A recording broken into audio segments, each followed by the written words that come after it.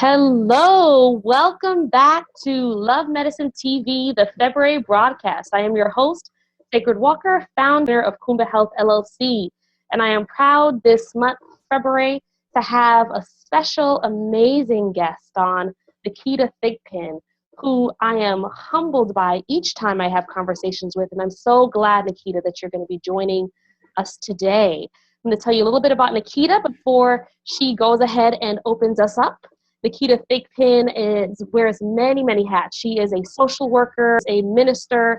She does work around balancing boldly. She supports companies, individuals, women, and a few brave men to be able to step into their power and balance the many aspects of their lives. So welcome, Naketa. Thank you. Thank you so much, Sacred. You're an amazing host and speaker and such a warm soul. So I'm grateful and honored to be here. I'm cheesing at that amazing statement of who I am. So thank you.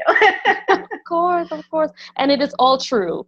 It is all true. I'm definitely very grateful to have you here today for us, to have conversations over tea. And so speaking of, before we jump into it to get started, what kind of tea will you be drinking here to warm up our conversation today? Oh, yes. Today I'm doing a double shot of Jasmine Earl Grey. I needed that really bad today. Both comforting teas, both comforting anxiety-producing teas. Beautiful. Beautiful. Yes, is that your regular, the double shot? No, normally I'm a simple chai girl. I have my medicinal teas with apple cider vinegar and cayenne and cinnamon and all that kind of stuff in the morning. But in terms of traditional tea drinking, I'm usually a black tea girl and green occasional. I love chai because there's something about spice with a little cinnamon and nutmeg to add and boot to it. But today I just really needed something a little bit different and special for the way the day has blessed me. Well, hopefully this will be an opening on the other side, a little love medicine at the close of your day. Yes, love medicine. I need it. Absolutely. For those who are joining us anywhere from Philadelphia to Newark to Nigeria, we welcome you on behalf of this moment in time so that you too can have a little love medicine into your day. And so I wanted to say, actually, Naketa met each other over tea at an executive lounge in Midtown Manhattan. And so I was fortunate recently to be on her podcast, Balance Boldly, that everyone here should also subscribe to. And as well, now we are, here together again. So it's wonderful to kind of continue that forward. And so I'm curious, Naketa, what community are you representing today over your tea? So I'm curious for folks who pioneer, for folks who are paving the way or moving forward, what makes Black intimacy specifically important to that ability to pioneer forward? Part of the answer to that is the barrier that comes up when you're not able to have that intimacy. Is communication, we know, is so key, especially right now in any political climate that you're in any part of the universe that you happen to inhabit. It's so important to communicate whatever your message is that you're trying to get across as clear as possible. And intimacy is a part of that, right? It has so many layers to it across the continuum, from the way you look at someone, to the way you speak to them, to the way you touch them, the way you hug them, the way you hold them, and so on and so forth across that, continuum of communication. And many people don't do it boldly, puns intended in the way that I use it.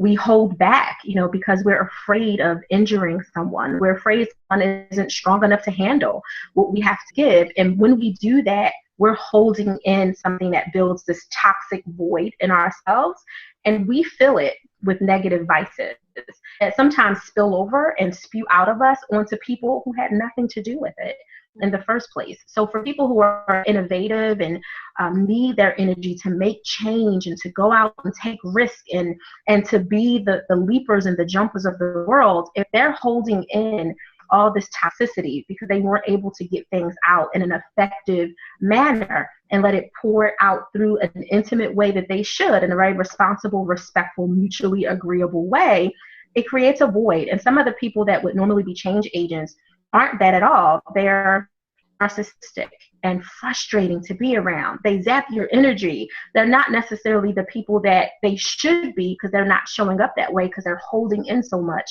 and creating this void with all kind of negative vices. So part of my mission in that is to empower those that are willing to recognize the power of who they're supposed to be and just need the tools to get there. And intimacy is a key aspect of that. I think that was really well said. And something that stuck out to me that you just said were, what does it look like when people come along to zap your energy and you are someone trying to pave the way forward? What does that look like for an individual, an individual of African descent, or an individual who is an ally, or an individual who's showing up in the world just trying to step into their dreams? What does it look like to really manifest your dreams and be vulnerable, is what I'm hearing you speak about, when you really are feeling afraid? How do you find, what tools would you suggest to help with getting through that time period, as a clinician, knowing that is your experience? Well, what would be some of the tools you would suggest?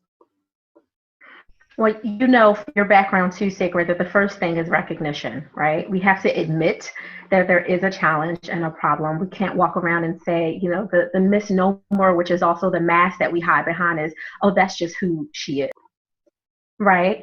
That's just the way Naketa is. That statement that kind of covers all of us. Oh, Tiffany just acts like that. You'll just have to, just deal with it. And you excuse these negative behaviors instead of being in a position to recognize that that's ineffective and it's not good communication. And you definitely won't build healthy, relatable relationships and relationships that can go deeper and become more intimate in whatever way that they're supposed to, mutually and naturally to do so, if all of your not so great behaviors, all those things that kind of, were formulated from this crevice, this void that was created, were excused by other people, starting with yourself. Mm-hmm. So one of the first tools that I give people, and it sounds so cliche and so ridiculous, and it sounds like something on a TV show, is I will hold up a mirror to them and say, look into this. Like, let's look at where the challenge is. It's not your mother. It's not your father. It's not your past. You can't condemn your current behavior because of what you did in the past. And you can't say that it's because of the challenges that are presented in front of you right now, because it's also very hypocritical of you to say that for yourself, but not give that same reason, excuse, because it's not an excuse when it's for other people, but you won't give that same wiggle room for someone else. So one of the first tools, honestly, a mirror. And sometimes that mirror is figurative, just really mirroring back what someone is saying to them and helping them see the irrationality in statements that they're making, or the fact that they're rude and not clear, or they're causing dissent and in such a defensive way that the other person, the other partner, whomever they're trying to communicate to, is shutting down. I'm not going to listen to you if you're rowing up and, your chest is puffed out and your posture is forward towards me as if you want to attack me. That's going to make me do one of two things based on my personality, right? One is it pull back because it triggered something for me and it's not a safe environment, and I immediately want to pull back to go towards safety, which could mean shutting down, not helping you understand that I want to communicate. I want to be clear so we can become more intimate and go a little further in our relationship. Or two, depending on what you've triggered and who you triggered, because we always say you never know who you're looking at, right? I'm not pulling back. I'm going forward. And now there's something that's created that maybe that wasn't the other person's intention, is now you stirred up a fire that you weren't prepared to handle. Because now that other person, that wife, that partner, that spouse is saying, what? What are you talking to me? Now it's coming into something else. And all you wanted to do was get your point across so that you could squash whatever the pending issue was, and that you could bond and have a nice romantic night or just enjoy dinner. And now it's a complete explosion and people don't get to that. And that affects them, obviously, from the bedroom to the boardroom, because if you're doing that with someone who's supposed to be safe with you, then what are you doing with the people who haven't earned your safety and who haven't earned your trust? You're interrupting all kinds of opportunities to grow, expand, and fulfill the promises of your dream that you gave to yourself, because you weren't willing to face yourself in the mirror. That was so well said. It's literally the visual. You know, I saw it, like the visual of like looking at yourself in the mirror, and the translation of when you said from the boardroom to the bedroom, like looking at when something gets stirred up. There's a certain amount of self-awareness that you're pointing to, like having the ability to be aware of yourself so that you know something is getting kicked up and how do you address it. And so, you know, in that way, I'm curious then, how do you define healthy love? And, you know, in the broadest sense, right? Like, how do you define the ways to relate to one another? Because I know, coming from Kingston, Jamaica, especially, there are ways that sometimes there's so much happening around you that, of course, the person who's closest to you is the one that you're going to take it out on because it feels safe, right? Or the team, or your team, or your subordinates, or whomever. Yeah. What does it look like to honor that fire while also showing up in loving ways? What does that kind of love really look like? I'm sure many across the world are having this conversation right now. That's a great question. And I think part of it is giving a little context to it for your partner. So speaking about your intimate partner, right? And I'm just going to separate the boardroom aspect of it for a moment from the strangers. If we're talking about our household safety, there needs to be context in the early stages of that relationship where you don't hide behind a stage. I forget the analogy, but the world's a stage when you're dating and people don't really get to pull the curtain back until way after it's too late, right? And in so many relationships. But the healthiest relationship, the healthiest way to start that love is to be really clear with whoever you're communicating with in the earlier part of your courting relationship. And I'm not starting from like day one, they met you in the bar and you want to open up your financials to them. But as you discover that you really want to build a relationship with someone, give them a little context and help them understand a part of your story that fuels you. If you know you are someone who has a traumatic background, that's important. That's an important context to give to someone so they won't make the mistake of treating you the way that they normally, not because you taught them to treat you that way, because we know that people treat you and teach them. They also treat you ways in the early stages based on the way other people have allowed them to, right? They're just bringing those habits over. So if you help someone understand earlier on in a relationship before conflict starts, listen, we don't have to get into details, but I want to be really honest with you that I have some traumatic baggage with me that I'm still processing. I'm in therapy. I went to therapy for it. It shouldn't necessarily regulate our relationship because I'm in a healthier part of my life. But I do want you to know that if and when conflict should arise and we need to have a conversation, it's important for you to understand that I don't do well with yelling.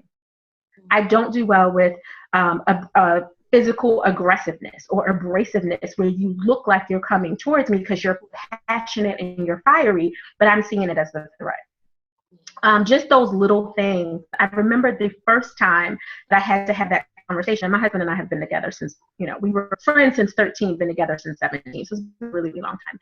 But I remember having to have the conversation with him that it's really important for you to understand that I have certain triggers. And many of those he knew because we were friends. So he knew from friendship. But as teeny boppers, you're only sharing so much of what's going on in your household, right? When we became more intimate and we were going into a deeper part of our relationship, I wanted him to understand that the reason that I was becoming more aggressive in responding to things that he wasn't necessarily aggressive is part of my trigger was posture. If your posture was astute and kind of forward and your shoulders pulled back when you were making a certain statement, I saw that as a cue and a sign that you were about to get up and become aggressive. That wasn't his intention at all, but I had to give him that context because that was my background. And I needed him to understand as an alpha female who was with an alpha male that was going to be a fire that neither one of us intended. But once it got started, neither one of us were going to be able to put it out as well. So given the context earlier on in that relationship, before the conflict had even really started, helped him understand, okay, my wife is a little sensitive when it comes to having the conversation. Not that I can't handle the words, but posture mattered to me. For some people, it may not be posture at all. It could be the cursing or the yelling or and that may be fine for you. But for some people, it's a trigger. So just being really clear with that context is really, really helpful. You're banging your head against the wall, you're just not getting it, and you feel like, we're not at the early stages anymore. So it's not really, an opportunity for an early stage conversation. This is late stage, Naketa. This thing is about to be over. It's really time for you to sit back with yourself and assess, is this relationship worth saving? That's number one. Because it's possible that you're zapping each other's energy, and it's not a one-way street situation where you just feel completely drained from them and they're completely drained from you. It may be because that bridge of communication was, knocked into so many times at so many crevices and holes because you weren't able to have a consistent and clear style before, that you can repair the damage, but you have to want to, right? Nobody's going to say, well, I'll repair this side and you repair your side.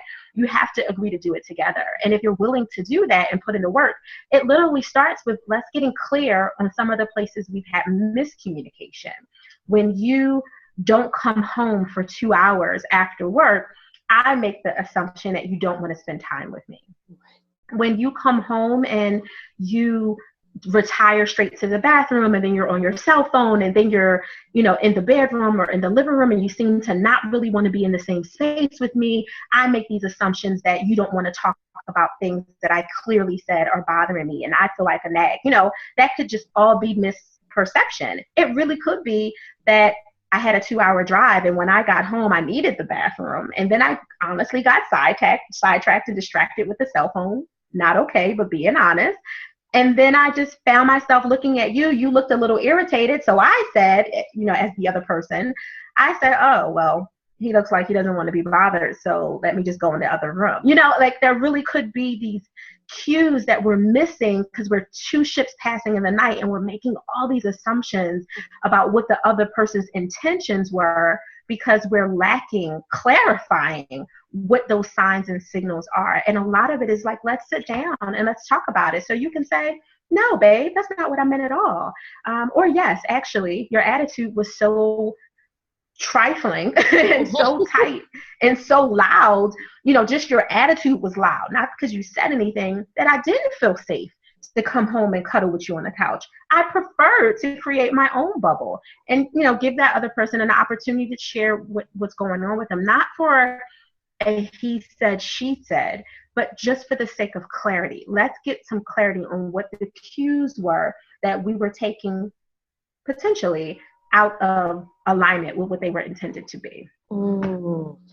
So many key points of what you just shared, especially being for those who have been in relationships for 10, 20 years, go ahead and chime in underneath this, broadcast right now, or a few months, chime in because you can relate, nod your head, amen, put your finger up, because a lot of what Naketa has brought up are those moments of, oops, babe, I might have missed something, or let's check in, or bringing each other back, or having that conversation. And this is across the board with gender, which is what I so appreciate about our conversation over tea, that no matter what your sexual orientation is and how you show up in the world, what Naketa is bringing up is so poignant about taking those moments to check in. And what I heard you say about being two alphas, that in and of itself was powerful, because so many times the conversations are, I know I hear it in my lesbian circles all the time, well, this person's more masculine, so I'm expected to be more submissive, or, that's just how, men are, that's just how AGs are, that's just, and it's like, well, but where is there space for you to express how you're feeling so you can build? And so I'm wondering then, what does that look like for those who have experienced trauma, who are underneath this box right now, marking the amens, underneath the broadcast, marking the amens, underneath their TVs, marking the amens. What does it mean for us to be that medicine, right? Because we let our guards down. I know for someone myself who experienced trauma, you let your guard down and all of a sudden someone says something and it's like, how could you, right? Or you're in a team meeting and it's like, I thought I trusted you. How could you? And it feels so much deeper because of our histories. So what are the ways that we can, and we just can't be the medicine for one another with Black intimacy? That there's some things that, you know what? this love can't handle, you need someone like Naketa to come in and offer support. You need some of the, Right. cupcakes and coaching to make sure that doesn't spill over into your work life. And she'll talk about that some more. But what are the ways that we can and cannot be the medicine for one another in those moments of hardship? Sacred, that's an amazing question. And it's such a powerful statement in what you said, especially with the example that you gave, with being at work and feeling like you've created these circles, or the one or two people that you've trusted to a certain degree, and you feel misled and violated in many ways because of a way that a trust was broken. So what I do for people is have them back up. So we have these hypocritical statuses that we put on ourselves. And this is first partaker, right? Like we all do it because it's very normal. We have this guard and this wall, and whether it's because of therapy or just work that we've done with ourselves, self-work, our spiritual attunement, whatever it is, we say, okay, I've grown, right? Our statement, I've grown, I'm a different person, I've come so far. And now I'm in this place where I can lower my guard and trust people. And then when you trust, let's say that one person at home and that one person at work that you've trusted, and they have violated your trust because they threw something back in your face. I'm gonna just use that random example because that's a typical way, right? They say something that's like, they only said that because they know about my injury, and they're pointing it out. Other people may not know that that's what they're doing, but I know that that's what they're doing. Or for someone at home that kind of poked it with an emotional figurative stick of something that they said to really jar. You're acting out this way because you didn't have a family to love you, so you don't understand why I'm so close to my family. Just something, right? Just something to. Did other people feel that? Did other folks feel that one? Ooh, yes, that was. Ooh, that's a moment of a tear. That needs medicine, right? That's real. Absolutely, that is real. Yes, absolutely, and it comes out, right? And we feel so hurt and so injured in so many ways, whether that was a professional and even more so if it was a personal, intimate injury with someone at home who you share your space and your time with, let alone your body. But for the person at work that we do with, the hypocritical face that I'm talking about is we really never let our guard down. For people especially people who truly have trauma backgrounds, not just the dysfunction, because dysfunction in itself can be traumatic, but I'm talking a layer of physical, emotional, and or sexual abuse trauma. Your guard never comes down. No matter how naked you want to be or try to be in the professional world, you never let your guard down. It's not a part of your new recoded DNA from when you had that traumatic experience or experiences, especially if there were layers on them. What you did do is you tried to create this curtain that you could peek through every once in a while. And because someone was allowed close enough to the window to see through the curtain, they have the misillusion that your guard is down too, when it's really not. The glass is there, the window is there. It's just the curtain is open wide enough for them to feel like they have that comfortable space. And the hypocrisy in it is you want those people to be naked so that you can trust them. Because we can fight someone who's raw, right? When we know you don't have a weapon, when we've seen all that there is to see, we know how we can take you. We've sized you up. But that person on the other side of that window or that wall, they think that you're naked and you're not. You're fully clothed, armored up, weapons, back there from your tongue to your mind. Like it's right there, whatever your weapons are. But yet we're offended when someone throws a stone at our window thinking that they were going to get through to us and get hit. People are naturally going to put up their own defenses and throw stones. That's what they're going to do. It's how you play catch or repel that makes the difference. Are you so open and so raw that every stone that comes flying to your window, past your window, is a direct, attack for you and you feel like you're going to be injured? Or can you remind yourself of your power, right? When you've had any kind of dysfunction, period, let alone a trauma, there is a strength that was born out of that covered you. You have to know how to tap in and turn it on, right? So I wish I could use an example like Transformers, where they look like regular old cars and then something inside turns on. They push a button. No one on the outside can push it, right? They push something and it goes zoop, and the armor comes up and the power comes out. That's literally, and it's because they're prepared for battle. That's really what we should be doing, but we don't. We walk around like we're these little broken forward temples that are going to get, they're going to fall to pieces if someone throws a rock. You're really not. You're a daggone transformer. Get it together and remind yourself of the power that if you need to pull out that card and turn it on and show someone who you are, you can. You just have to remind yourself everyone is not deserving of seeing what that is. And that helps you reclaim that to cover you from the broken trust professionally. And that was just strictly professionally. For a personal, that's different. Because that person, if you have had your walls come down, that person knows where that engine is, that key button, that code, that transformer process is. If you've been vulnerable and real enough with them, they are aware of that. So you feel extra violated, that they are kind of holding you back from being able to transform because they know all the ways that you do it. And that can be a hard thing to do. So for a can't give medicine, in terms of what you can't give to someone in your own home, in your own bedroom, that knows all your triggers and all your points, and you can't hide from them or pull out any extra cards. The can't give is backing yourself up and laying out some new boundaries. That's you get no more antibiotic from me. You get no more whatever it is, no more herbal remedy from me until you've earned the right to that. And many of us don't have that goal communication because we love them for so long, or we've been with them for so long. We feel like, well, you can just have access to whatever you want, and even though you're leaving me empty, it just is what it is. And most of it has to come from you saying, you know what, me taking my power back is really me helping you understand that you no longer have access to that secret medicine drawer. You don't get to come in this room. You don't get to come past this. And this could be figuratively or literally for secure space. You have to be willing to do that, which means changing the game. That's how you stop the medicine drip from going to someone who doesn't deserve it.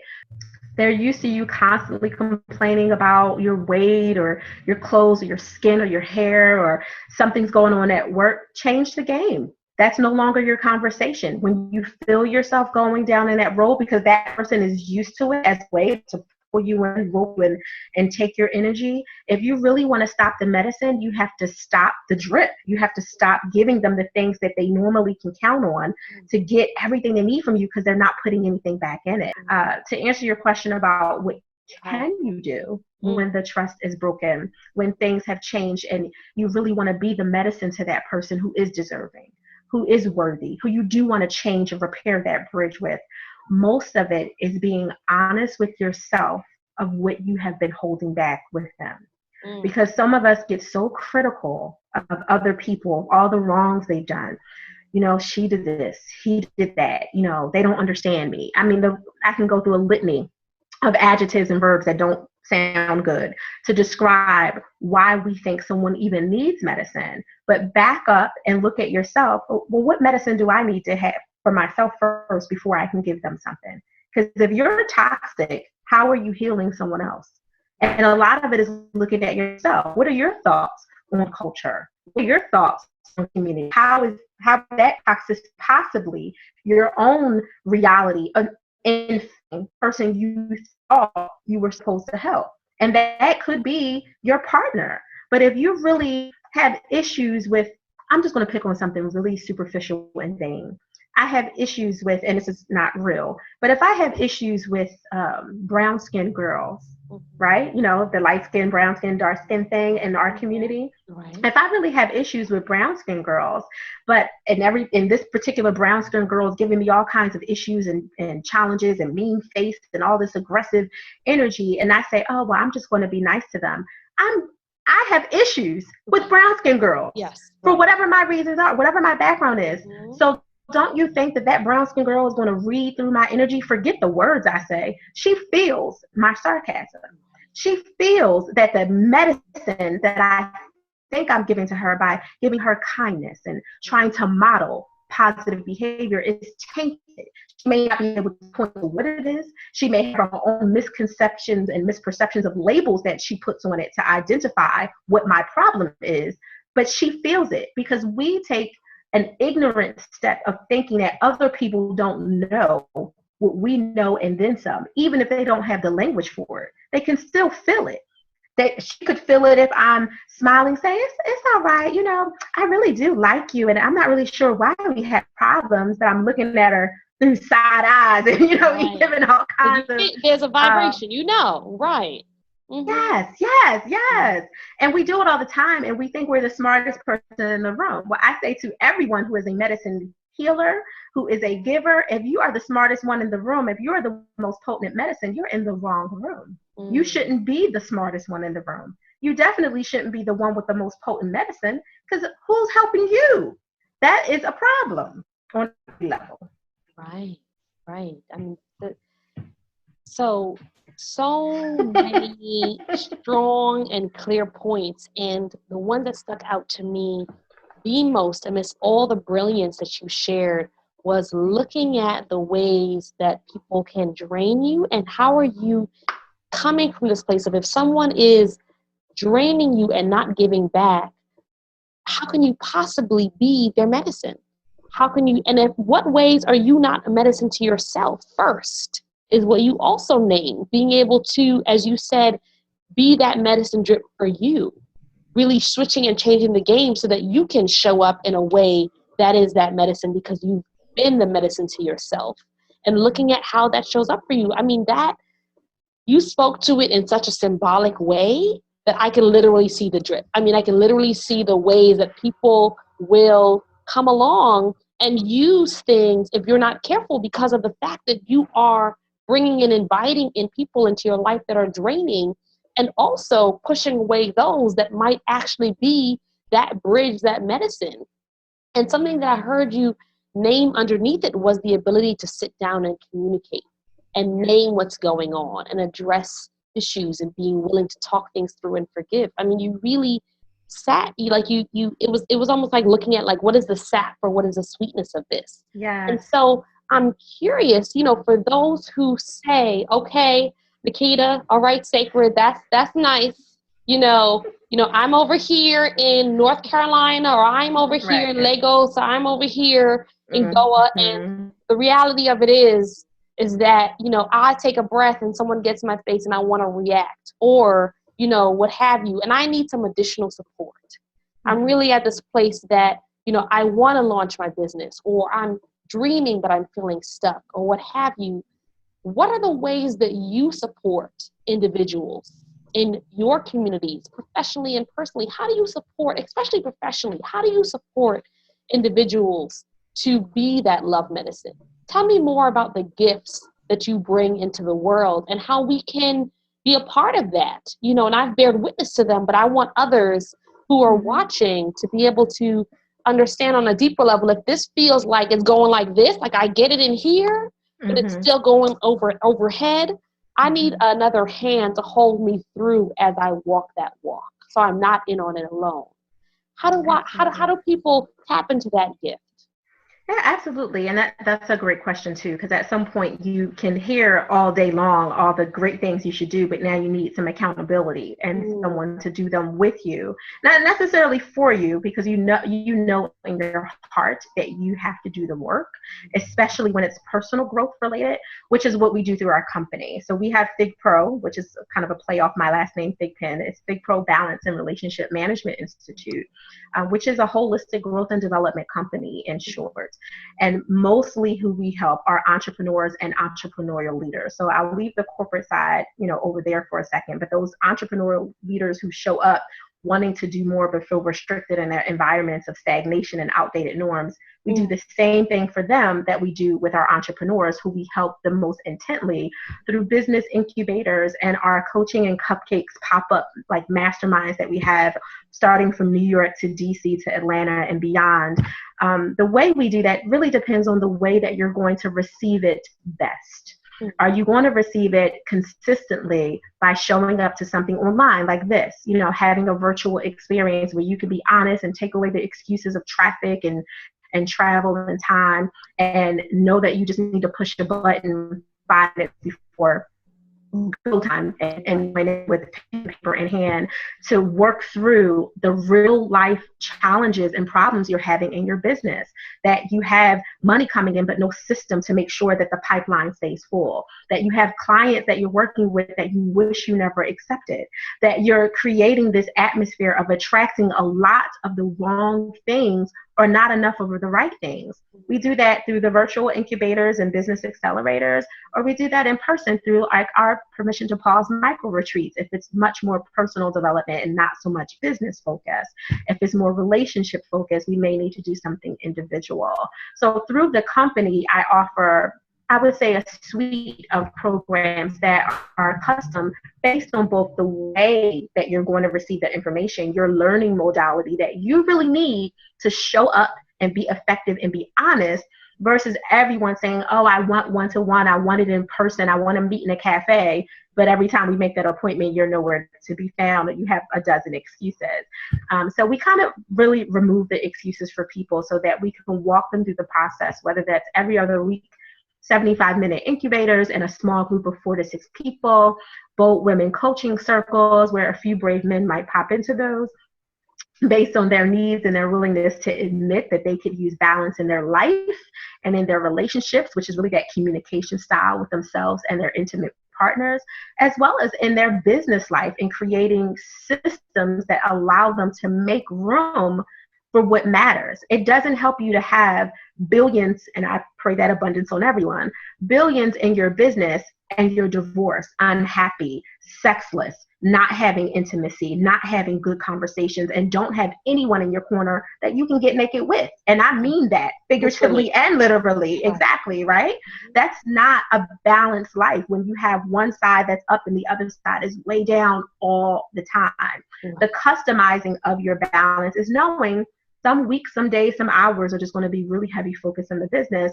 And some other times you're going to have to make some sacrifices and go to your sister's, cousin's, boyfriend's, friend's baby shower because you haven't shown up at the last 10 events.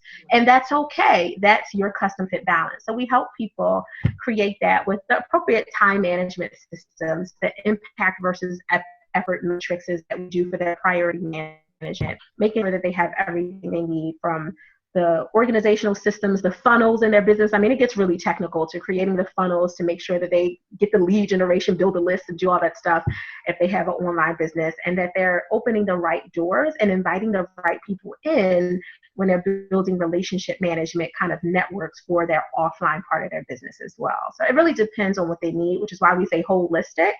And I build, Sacred, you're one of our power partners. And there is something that we won't be able to fulfill in our holistic treatment of what we do, and we're not the best person to do it for them, we partner with our power partners and say, Kuumba Health, I need you to come in here and partner with us with this, or I need to just give them to you for a little bit and you send them back to me. I've sent checks across the table and said, no, you need to work with this company first and then come back to us. And I'm not in a position to just turn money away, but that was the best thing to do for that community member, because we consider all of our clients community members. So I hope that answers your question. Well, absolutely, absolutely. And what you really named is that is the way that you show up as Love Medicine, is that you are, and I am witness to this. I have come to your trainings, and I've been fortunate and blessed to be able to see you in action, your team in action, to be able to open up. Absolutely. I mean, from my heart, just I'm so grateful the way that you are able to create these finely tailored experiences that really speak to what do people need, what are they struggling with, what are ways that they're out of balance, and as you name, giving people permission to pause, giving people spaciousness to really address and create solutions on the spot. And absolutely, when people need more healing arts approaches or need that sanctuary space, then we're here. You really bring that balance. I mean, you really do. So absolutely. And we will, for those who said, oh my gosh, that sounds amazing, I want to learn more. Sacred, wait a minute, no need. I know you may have TiVo, no worries. Listen, we will have all of this available. You'll see it underneath the broadcast, and we'll be making sure that all of that is made available for everyone on this broadcast so that you can go ahead and experience that, whether you're watching on YouTube or Facebook or Twitter or what have you. I want you to make sure that you tap in, because I've experienced it myself, and it's just been so dynamic. Absolutely. And I'm so humbled for our time together. So many key points that you've named that, I'm curious about what other people are catching. So go ahead and place underneath the broadcast, what are moments that stuck out to you? What are things that were said that you said, oh my gosh, that's something that I needed. That was the love medicine that I needed for this evening. All right. And so go ahead and reach out. Let us know what stuck out to you. Let us know what are things that you resonated with. And Naketa, as you drink your beautiful mug, and your delicious jasmine Earl Grey tea, are there any last points, any things that stuck out to you that you feel, this is a gift that I would like to leave our community before we wrap up our delicious broadcast today? That's a great point. You're always full of good points. I just want to point that out. Like, I'm pointing out you're full of great points. I think the biggest takeaway for me was a combination of what we both said, and the importance of being bold in your communication with yourself first. You can't give out anything that you're not willing to take back. All this, full throttle alpha female, alpha male energy that you say, well, this is me, this is who I am, they have to deal with it. Can you handle it in return? Which is a question that many of us have to be open to, because that boldness is not just saying anything that any way that you want to say it, is knowing when to say it and how to say it. So if you can do that, so that the message can go through to your partners, to your professional peers, then you are walking towards exactly what you need to create that perfect recipe of love medicine for those people that need to receive it. So. Right, absolutely. Power of the tone. And how Say it's it twice. received. Absolutely, absolutely. Well said, well said. And you can definitely, stay in contact with Naketa, follow up, reach out, and we'll make sure that you have that information. We are so grateful. I want to take a moment of time to thank Naketa Thigpen of Thipro for being our amazing guest for our February broadcast. I would also like to thank our sponsors, Imani Rashid Institute of Healing, for gifting and being supportive of this broadcast, and as well for creating sanctuary spaces. So for professionals who are out there who need some time away to finish that book, who need some time away to exhale, we have sanctuary space that's going to be available for you in the Hamptons in May. So at the end of the season, if you really need just a moment to go play basketball, tennis, or hang out in the jacuzzi, or just sit and enjoy the view and just complete something and exhale and come back, and then go and show up to one of the cupcakes and coaching that Naketa has popping up, Atlanta, New York, etc., then that's how we power partner together to help you to continue to rise. All right, so thank you so much for that sponsorship, Imani Rashid, and thank you, Just Relevant, for recently sponsoring our recent retreat and donating your delicious cupcakes to our New Year's retreat. All right, so thank you so much, and looking forward to joining us. Here's our latest love mug. Cheers. Please order up and enjoy, and continue to be the love medicine the world needs. Thanks, Naketa. Okay. All right. Bye, everyone. And that is our show for this Love Medicine broadcast on Black intimacy. Thank you all for joining. Thank you all for supporting and keeping Love Medicine free. Like we said, shop at khhp.org/shop to support this broadcast and also continue to inspire into each day, one sip at a time.